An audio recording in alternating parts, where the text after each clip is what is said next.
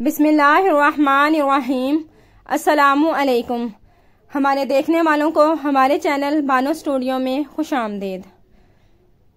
40 دن کی تھی جب میری زندگی کی عجیب کہانی کی ابتدا ہوئی تھی۔ گھر میں جہاں خوب سے خوب تر خوشحالی کا پودا تناور درخت بن رہا تھا، وہیں میرے وجود کی آمد کو خوش بختی کا خیال کیا جا رہا تھا۔ بے شک گھر میں خوشحالی تھی، مگر میرے نصیب میں خوشحالی نہ تھی۔ گھر کے سبھی افراد خوش مزاج تھے، تاہم میرے ساتھ ان کا رویہ روز بروز عجیب ہوتا جا رہا تھا۔ امی ابو خریداری کو جاتے تو امارہ اور سلمہ کو ساتھ لے جاتے، جبکہ مجھ کو چھوٹے بھائی فرحان کے ساتھ گھر چھوڑ جاتے۔ سمجھتی تھی کہ یہی میری ڈیوٹی ہے۔ اپنے والدین سے کبھی کوئی شکایت نہیں کرتی تھی میں، مجھے ناز برداریوں کی عادت ہی نہ ڈالی گئی تھی، اسی لیے کسی بھی بات پر بھی ضد نہ کرتی تھی کبھی۔ مگر والدین مجھ کو ساتھ نہ لے کر گئے۔ گھر کے تمام کاموں کا بوجھ میرے کندھوں پر تھا۔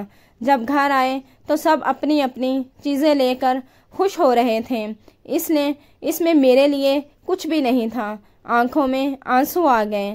میرا خیال تھا کہ امی ضرور مجھ سے پوچھیں گی تم کیوں رو رہی ہو، مگر انہوں نے بھی نہ پوچھا، بلکہ بولی تو یہاں کھڑے کیا کر رہی ہے؟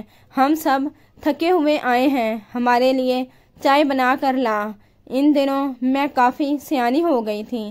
مجھے پہلی بار آج احساس ہوا کہ امی ابو مجھ سے اتنا پیار نہیں کرتے جتنا وہ باقی میرے اپنے تینوں بچوں سے کرتے ہیں۔ عجیب بات یہ ہے کہ میں اپنے باپ سے زیادہ اپنی ماں سے ڈرتی تھی، کیونکہ وہ مجھ کو کبھی کبھی بہت بری طرح ڈانٹ دیتی تھی۔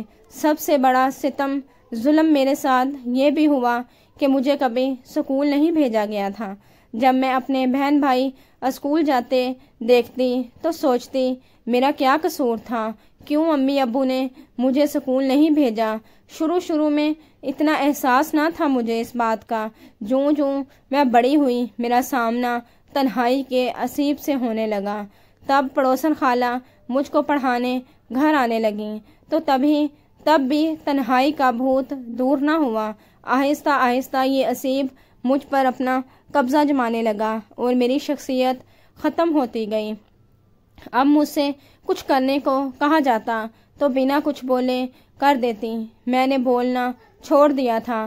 لگتا تھا آہستہ آہستہ زندگی سے دور ہوتی جا رہی ہوں۔ میری سنجیدگی، میری خاموشی کا بھی کسی نے نوٹس نہ لیا، نہ توجہ دی مجھ پر۔ ماں باپ کے ہوتے ہوئے بھی میں یتیموں جیسی زندگی گزار رہی تھی۔ میری ماں ایک روز گھر میں اکیلی تھی گھر میں تنہا تھی کہ پڑوسن خالہ آ گئی۔ میں نے ان کو بتایا کہ امی ابو اور بہن بھائی بازار گئے ہیں اور تمہیں کام کاج کے لیے چھوڑ گئے ہیں۔ کوئی بات نہیں خالہ، چھوٹے بہن بھائی جانے سے خوش ہوتے ہیں، ان میں مجھ میں کوئی فرق تو نہیں ہے، وہ خوش ہیں تو میں بھی خوش ہوں۔ تب خالہ نے ایک ٹھنڈی سانس بھر کر کہا کہ کیا کیا جائے، اب تیرا باپ تو نہ جانے کہاں چلا گیا ہے اور ماں تیری شادی کر کے دوسرے کی ہو گئی ہے۔ حیرت سے ان کے چہرے کو میں تکنے لگی تھی۔ پوچھا، خالہ سچ بتاؤ، کیا ابو میرے حقیقی باپ نہیں ہیں؟ جو کہنا تھا سو کہہ دیا ہے میں نے۔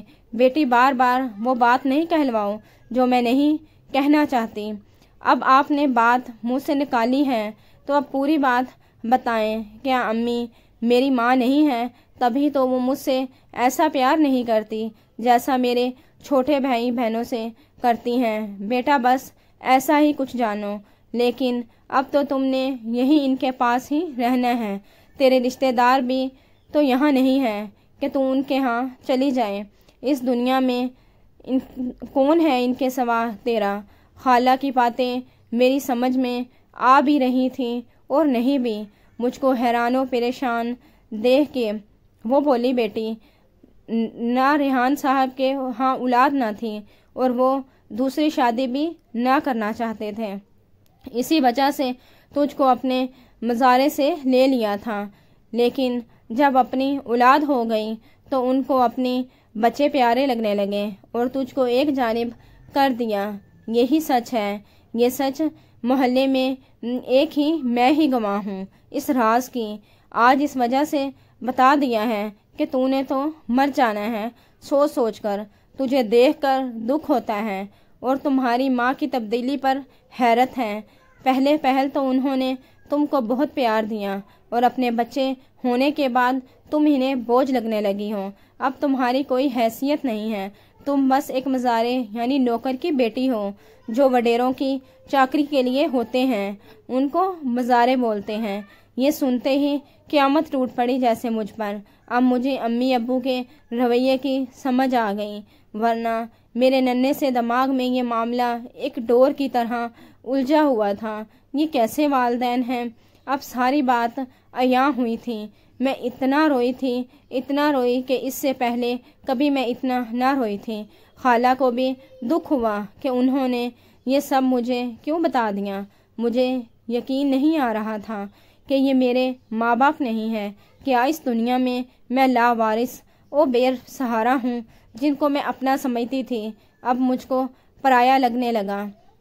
لمحوں میں ہی دل نے اس کے سارے رشتے توڑ دیے تھے، تاہم ایک ایسی کشمکش میں مبتلا تھی کہ شاید خالہ غلط کہہ رہی ہیں۔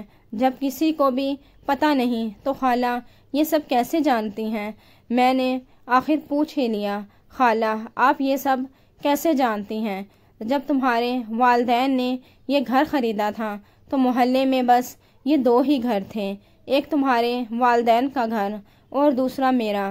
باقی مکانات بعد میں رفتہ رفتہ تعمیر اور آباد ہوئے ہیں۔ تبھی تمہاری امی کا اور میرا وقت زیادہ تر ایک ساتھ گزرتا تھا۔ ہم دونوں تقریباً سارا دن ہی ایک ساتھ ہوتی تھیں۔ خالہ تو یہ کہہ کر اٹھ گئی، وہ تو اپنے گھر سکون سے چلی گئی تھیں۔ میری زندگی کا تو سکون چین برباد کر گئی تھیں۔ ان کے جانے کے بعد جوں میں نے غور کرتی جاتی سب باتیں سمجھ میں آتی تھیں۔ گھر میں مجھے وہ مقام اور حیثیت اہمیت کیوں نہیں ملتی جو میرے بھائی اور دونوں بہنوں کو اصل میں حاصل ہے؟ ماں کیوں بات بات پر مجھ کو ڈانٹتی ہے ڈپٹتی ہے؟ باپ گھر آتا ہے تو میری طرف دیکھنا بھی پسند نہیں کرتا۔ ہر وقت اب یہی باتیں میرے ذہن میں گردش کرتی رہتی کہ میرے ماں باپ کون ہیں۔ اب اس گھر سے، اس گھر کے لوگوں سے کوئی دلچسپی نہ رہی تھی مجھے۔ میں بالکل خاموش رہنے لگی تھی۔ وہ جو کہتے تھے میں کر دیتی تھی۔ ان دنوں میری بے بسی دیکھنے کے لائق تھی۔ انسان اس وقت تک سکون سے رہتا ہے جب تک وہ باخبر ہوتا ہے۔ آگاہی بے چینی کو جنم دیتی ہے، چنانچہ میری آگاہی بھی میرے لیے عذاب بن گئی۔ میں ہر وقت ایک انجانی سی آگ میں جلتی رہتی تھی اور یہ آگ کا الاؤ خالہ کی بھڑکائی ہوئی تھی۔ وہ تو اپنے گھر میں سکون اور چین سے رہ رہی تھیں، لیکن میرا سب کچھ مجھ سے چھین لیا تھا۔ میرا سب شاید میرا اعتماد ہی تھا جو میں اپنے ماں باپ پر کرتی تھی۔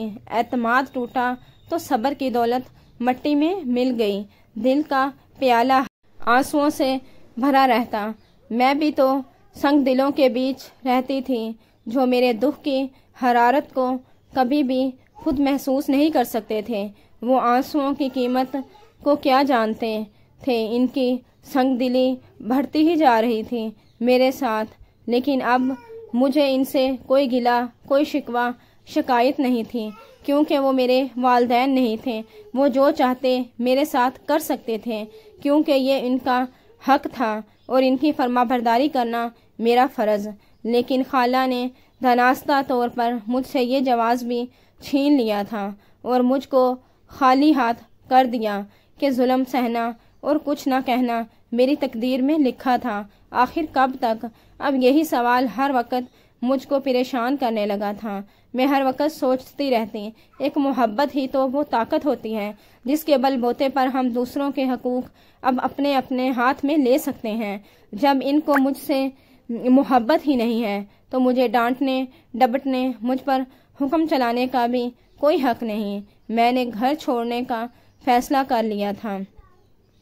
ایک روز سلمیٰ اور فرحان امی کے ساتھ کسی کے گھر سالگرہ میں گئے ہوئے تھے، جبکہ منجلی جو کہ سب سے چھوٹی امارہ گھر پر تھی۔ امارہ نے کہا، چلو میرے کپڑے دھو دو، باقی کام کر لوں۔ پھر دھو دوں گی۔ میں نے جواب دیا۔ اسے میری یہ گستاخی ایک آنکھ نہ بھائی۔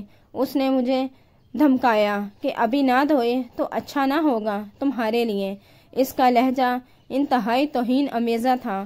وہ چلا کر بول رہی تھی تو میں نے بھی اسے اس کی طرح چلا کر جواب دیا۔ تبھی وہ حیران اور ششدر رہ گئی۔ آپا رومی، تمہیں آج کیا ہو گیا ہے جو تمہیں ہو گیا ہے؟ میں تو روز ایسے ہی بولتی ہوں، تو میں بھی روز اب تمہارے ساتھ ویسا ہی بولوں گی جیسا تم میرے ساتھ بولو گی۔ میں نے کہا ہاں، تو بات کو گھماؤ مت اور گھبراؤ نہ، ورنہ امی سے مار ڈلواؤں گی۔ یوں ہماری یہ لڑائی شدت پکڑ گئی۔ اس نے گلدان اٹھا کر مجھ پر پھینکا جو میری ٹانگ پر لگا، تو میں نے پاس پڑا وزنی تالا اٹھا کر اس کے سر پہ دے مارا۔ وہ اس کے ماتھے پر لگا اور خون بہنے لگا۔ خون بہتا دیکھ کر میں کچھ سہم گئی، ڈر سی گئی تھی۔ وہ تو بستر پر گر گئی۔ مجھے لگا کہ بے ہوش ہو گئی ہے۔ میں نے پکارا، زور سے پکارا۔ اس نے مجھے کوئی جواب نہ دیا۔ خون بدستور بہہ رہا تھا۔ مجھے اپنا انجام برا نظر آنے لگا۔ میں دروازے کی طرف بھاگی اور گھر سے نکل کر سر پٹ دوڑنے لگی۔ مجھے معلوم نہ تھا کہ میں کس سمت بھاگ رہی ہوں۔ میری اب کوئی منزل نہ تھی۔ اس وقت میری عمر تقریباً 15 سال تھی۔ اس عمر میں بھاگتی ہوئی میں بہت عجیب سی لگ رہی تھی۔ لوگ مجھے حیرت سے سڑک پر بھاگتا ہوا دیکھ رہے تھے، لیکن کسی نے بھی آگے ہو کر یہ نہ پوچھا کہ میں کیوں بھاگ رہی ہوں، مجھے کیا پریشانی ہے۔ کافی دور تک بھاگتے بھاگتے جانے میں کس جگہ میں پہنچ گئی مجھے احساس تک نہ ہوا۔ شام ہو رہی تھی اور خوف ابھی تک مجھ پر سوار تھا۔ سچ ہے، خوف انسان سے ایسے کام کروا دیتا ہے جنہیں سر انجام دینے کے لیے عام حالات میں تو ہمت ساتھ نہیں دیتی، لیکن اس مقام پر خوف ہمت کی جگہ لے لیتا ہے۔ بھلا آخر میرے ساتھ بھی کچھ ایسا ہی ہوا۔ میرے پیروں نے جواب دے دیا اور میں ایک گلی میں بنے ہوئے مکان کے سائے میں کھڑی ہو گئی۔ تبھی اس مکان سے ایک عورت باہر نکلی۔ مجھے سہما ہوا، ڈرا ہوا دیکھ کر رک سی گئی۔ قریب آ کر بولی، لڑکی یہاں ایسے کیوں کھڑی ہو؟ کس کے گھر جانا ہے؟ کسی کے گھر نہیں جانا مجھے، میں ویسے ہی گھر سے نکلی تھی، دور آ گئی ہوں تو راستہ بھول گئی ہوں۔ شام ہو رہی ہے کیا سوچ کر ویسے ہی گھر سے نکلی تھی تم، اور اب راستہ بھی بھول گئی ہو۔ لڑکیوں کا اس طرح اجنبی جگہوں کی طرف نکل پڑنا اچھا نہیں ہوتا۔ چلو آؤ، میں تم کو چھوڑ آتی ہوں۔ کہاں جانا ہے تمہیں؟ کافی عرصے بعد کسی نے اتنے پیار سے بات کی تو میری آنکھوں میں آنسو بھر آئے۔ میں نے انہیں بتایا کہ بہن سے لڑائی ہو گئی تھی میری، اس کے ماتھے سے خون نکل آیا تو میں ڈر سے نکل گئی کہ امی ابو آئیں گے تو مجھے مار پڑ جائے گی۔ بہن بھائی کس گھر میں نہیں لڑتے، یہ تو معمول کی بات ہے۔ اچھا چلو میرے گھر میں پانی پی لو، ذرا حوصلہ کرو گی تو میں خود تمہیں تمہارے گھر چھوڑ آؤں گی۔ وہ بازو سے تھام کر مجھ کو اپنے گھر کے اندر لے آئی، دلاسا دیا، پیار کیا، اصرار کر کے چائے بھی پلائی، پھر بولی، دیکھو رات ہونے والی ہے، مجھے سچ سچ بتاؤ کہ کیا معاملہ ہے، تمہارا گھر کہاں ہے؟ میرا کوئی گھر نہیں ہے۔ یہ کہہ کر میں رونے لگی۔ بیٹی، کوئی چھت تو ایسی ہوگی جس کی پناہ میں تم نے زندگی کا اتنا عرصہ گزارا ہے۔ میں نے ہر بات ان کو سچ سچ بتا کر کہا کہ آپ مجھے یہیں اپنے گھر میں رکھ لیں، میں اب لوٹ کر گھر نہ جاؤں گی۔ اچھا ٹھیک ہے، تم یہاں جب تک رہنا چاہتی ہو رہ لو، جب کہو گی تم کو تمہارے والدین کے پاس میں پہنچا دوں گی۔ میں ان کے گھر میں رہنے لگی۔ انہوں نے اتنے پیار سے مجھے رکھا کہ جب کہتی کہ اب اپنے گھر جانے کو راضی ہو جاؤ تو میں رونے لگتی۔ وہ 2 میاں بیوی ہی تھے صرف، ان کا ایک ہی بیٹا تھا جو کہ کام کے سلسلے میں سعودی عرب گیا ہوا تھا۔ اب میں ان سے اور وہ مجھ سے کافی حد تک مانوس ہو گئے تھے۔ میں بچپن سے ہی گھر کے کام کاج کرنا جانتی تھی۔ آنٹی کے گھر کا سارا کام میں نے سنبھال لیا تھا۔ ان کو بھی بہت آرام ملا تھا۔ وہ مجھ سے بہت پیار کرنے لگی تھی۔ شوہر سے کہا کہ بچی یہیں رہنا چاہتی ہیں تو رہنے دیں، ہمیں بھلا کیا پریشانی دے رہی ہیں، الٹا آرام ہی دیتی ہے۔ میں تو ویسے بھی شوگر کی مریضہ ہوں، میں تو گھر کا کام کاج کر بھی نہیں سکتی۔ میں یہاں بہت سکھی تھی کیونکہ مجھے وہاں بہت زیادہ پیار ملا تھا، کوئی ڈر تھا اور نہ خوف۔ البتہ جب وہ اپنے بیٹے کے آنے کی بات کرتی تو میں ڈر جاتی، سہم جاتی، کیونکہ پہلے لوگوں نے بھی تو اس وقت تک میرے ساتھ اچھا برتاؤ کیا تھا جب تک کہ ان کی اپنی اولاد نہ تھی۔ آنٹی قدسیہ اپنے بیٹے کے لیے بہت اداس اور پریشان رہتی تھیں، تو جب میں ان کو پریشان دیکھتی تو میرا دل چاہتا کہ کاش ان کا بیٹا جلدی واپس آ جائے، لیکن خوف اپنی جگہ پر قائم تھا کہ کہیں وہ نفرت کرنے والا انسان نہ ہو، سنگ دل انسان نہ ہو، کہیں وہ ہی مجھ کو گھر سے نکال نہ دے۔ اگر ایسا ہوا تو میں کہاں جاؤں گی؟ میرا خیال غلط تھا کہ نواز کی وجہ سے میرا پیار جو آنٹی اور انکل سے ملا تھا مجھے چھن جائے گا۔ ایسا نہ ہوا۔ میری سوچ بالکل غلط تھی۔ جب نواز سعودی عرب سے لوٹ کر واپس گھر آیا تو میں نے دیکھا وہ تو اپنے والدین کی طرح ایک رحم دل اور اچھا انسان ہے۔ وہ میرا خیال رکھتا تھا اور دھیمے لہجے میں بہت ہی احتیاط کے ساتھ مجھ سے بات کرتا تھا کہ یقیناً یہ اس کے والدین کی اچھی تربیت ہی تھی کہ اس میں اتنی زیادہ دیا تھی، رحم تھا۔ پتہ نہیں کب اس نے مجھے پسند کیا۔ جب آنٹی نے مجھ سے بات کی تو میں حیران رہ گئی۔ میں تو آنٹی کے بیٹے کو دل میں بسانے کی جرات نہیں کر سکتی تھی، میں تو یہ سوچ بھی نہیں سکتی تھی۔ مجھے آنٹی نے بہت سمجھایا کہ اپنے ان والدین کا پتہ بتا دو جنہوں نے تم کو پالا پوسا ہے، جوان کیا ہے۔ آخر میں نے پتہ بتا ہی دیا۔ دونوں جا کر میرے والدین سے ملے، خوش بخوشی لوٹے اور کہا کہ اللہ تعالیٰ نے ہماری اچھی نیت کا صلہ دے دیا ہے، محال امر کو کہ ممکن بنا دیا ہے۔ ہم نے تمہارے والدین کو تمہارے رشتے کے لیے راضی کر لیا ہے، وہ تمہاری شادی میں شرکت بھی کریں گے۔ وہ واقعی تمہارے اس طرح گھر سے چلے جانے پر بہت زیادہ پریشان تھے اور دکھی تھے۔ بڑی ہی سادگی کے ساتھ میری شادی نواز کے ساتھ ہو گئی تھی، کیونکہ آنٹی اور انکل کو دھوم دھام پسند نہ کرتے تھے۔ امی ابو بھی آئے تھے، انہوں نے مجھے گلے لگایا، میں نے انہیں اور انہوں نے مجھے معاف کر دیا تھا۔ واقعی دنیا میں اچھے لوگوں کی کمی نہیں ہے، یہ دنیا انہی کے دم سے قائم اور آباد ہے۔ اور آج میری زندگی خوشیوں سے بھر گئی تھی جن کے لیے میں ہر پل تڑپی تھی۔